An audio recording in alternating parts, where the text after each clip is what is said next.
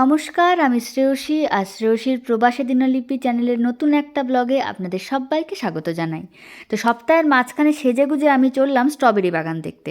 সুমন্ত বলছিল যে ওর ইউনিভার্সিটি থেকে জাস্ট একটু দূরেই একটা স্ট্রবেরি বাগান আছে। তা আমি ভাবলাম তো চলো গিয়ে দেখা যাক, কারণ আমি এর আগে স্ট্রবেরি বাগান তো দেখিনি।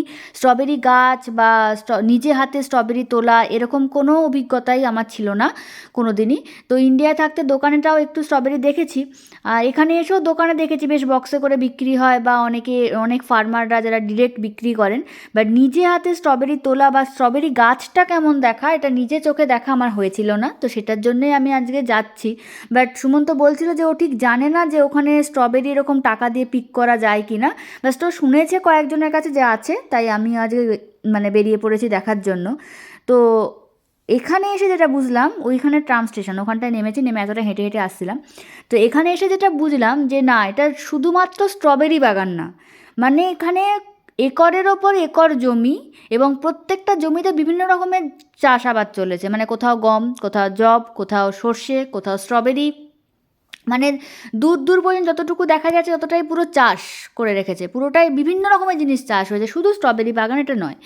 তো আমি দেখছিলাম যে শুধু গম যব তো হয়েছেই, সর্ষে দেখছিলাম যে ক্ষেতের পর ক্ষেত কত সর্ষে হয়েছে। তো আমি সুমন্তকে এটাই বলছিলাম যে যখন সর্ষে ফুলগুলো হয়েছিল তখন তো আমাকে একবার বলতে পারতি, এই যে এখন সর্ষে গাছগুলো পুরো ন্যাড়া হয়ে দাঁড়িয়ে আছে, তো তখন যখন ফুল হয়েছিল তখন না কতই সুন্দর দেখতে লাগতো।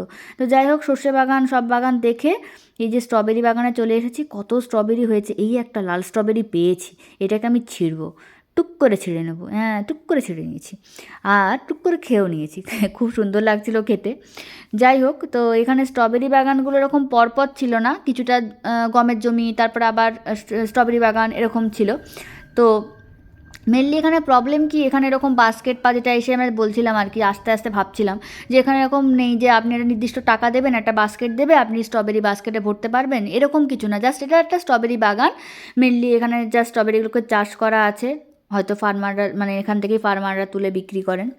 কত স্ট্রবেরি হয়ে আছে, সবুজ সবুজ সবুজ সবুজ, মানে আমার ক্যামেরা অত ভালো না বলেই মনে হয়, জানি না কতটা আপনারা দেখতে পাচ্ছেন, মানে মানে এত স্ট্রবেরি হয়ে আছে। আর কিছু কিছু স্ট্রবেরি এর মধ্যে লাল হয়ে পেকেও গেছে। তো সুমন্ত বলছিল যে মেনলি ব্যাপারটা কি, যতটা পেকে যায় ফার্মাররা এখান থেকে পিক করে ওনারা মার্কেটে নিজেরাই বিক্রি করেন। হ্যাঁ, মানে এরকমই ব্যাপারটা, ওই জন্য হয়তো বেশি আমরা মানে পাকার স্ট্রবেরি খুব একটা মানে পাচ্ছিলাম না পুরোটাই। তবে তাও মানে নির্দিষ্ট একটা সময় পর নিশ্চয়ই অনেক স্ট্রবেরি যখন একসঙ্গে পাকবে তখন নিশ্চয়ই সুন্দর দেখতে লাগবে।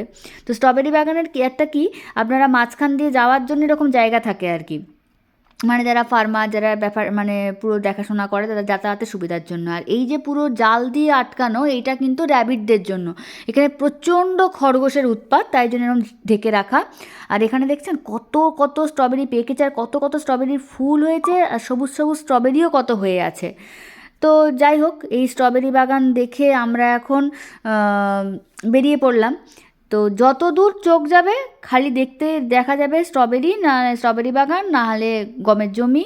হ্যাঁ, খুবই সুন্দর দেখতে লাগছে।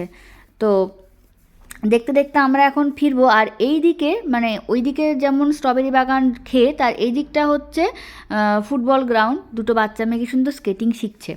তো আমি ওখানে খানিকক্ষণ দাঁড়িয়ে দাঁড়িয়ে দেখছিলাম যে ওরা কেমন সুন্দর করে শিখছে। এবার একজন পড়ে যাচ্ছে, আর একজন আবার শেখাচ্ছে, আবার পড়ে যাচ্ছে, আবার শেখাচ্ছে, এই করছিল আর কি দুজনে।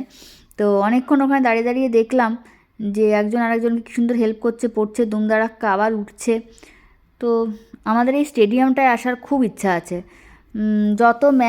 যত ম্যাচ হয় মাইনজে এই স্টেডিয়ামেই হয়। তো আমরা জানি না কবে আসতে পারবো। যেদিন আসতে পারবো অবশ্যই আপনাদেরকেও দেখাবো। এখান থেকে দেখা যাচ্ছে কিনা জানি না, স্টেডিয়ামের ওই যে বসার জায়গাগুলো, লাল রঙের যে চেয়ারগুলো, ওগুলো বসার জায়গা, আর নিচে গ্রাউন্ডটা আছে আর কি। আমি সুমন্তকে বলছিলাম যে একদিন অবশ্যই আসবো। দূরে দেখা যাচ্ছে কি সুন্দর লাগছে, সবুজ হলুদ সব একদম। তো যাই হোক, স্টেডিয়াম ঘোরা হয়ে গেল, স্ট্রবেরি বাগান ঘোরা হয়ে গেল। তো এরপরে যেটা হলো, অভিলাষ আমাদেরকে খুব ভালো একটা অফার দিল। অভিলাষ বলল চলো, এর কাছেই তো একদম আমার জাস্ট এই যে ওর মানে ইউনিভার্সিটির হোস্টেল, তো আজকে তোমরা ডিনার আমার সঙ্গেই করো। তো আমরা বললাম ঠিক আছে চলো। তো যেই বলা সেরকম কাজ, তো চলে আসলাম ওর সঙ্গে ওর হোস্টেলে। তো এই হোস্টেলগুলো এত সুন্দর মানে ভাবা যায় না। তো আমি ওইটাই বলছিলাম। আর এই যে ওর হোস্টেলের মানে ছাদে যেটা কি একটা সুন্দর ফাঁকা জায়গা, তো বলছিল যে এইখানে এখন ঘাস হয়ে আছে, বাট অন্যান্য সময় খুব সুন্দর ফুল গাছ টাছ থাকে। তো আমি ওকে বলেছি যে একদিন আমরা প্ল্যান করে এখানে কাবাব টাবাব বানাবো, কারণ এমনি সময় তো স্মোক হওয়ার ভয় এখানে কাবাব বানানোই যায় না। আর এই ছাদ থেকে যে দূরটা এত সুন্দর লাগছে। যাই হোক, এরপরে আমাদের ডিনার করার সময় হয়ে এসছে। তো আজকের ব্লগটা আমি এখানেই শেষ করব। আপনারা সবাই খুব ভালো থাকবেন, সুস্থ থাকবেন, আর আমার এই ভিডিও ভালো লাগলে অবশ্যই লাইক শেয়ার করে দেবেন আর আমার চ্যানেলটাকে সাবস্ক্রাইব করে দেবেন। সবাই ভালো থাকবেন, টাটা।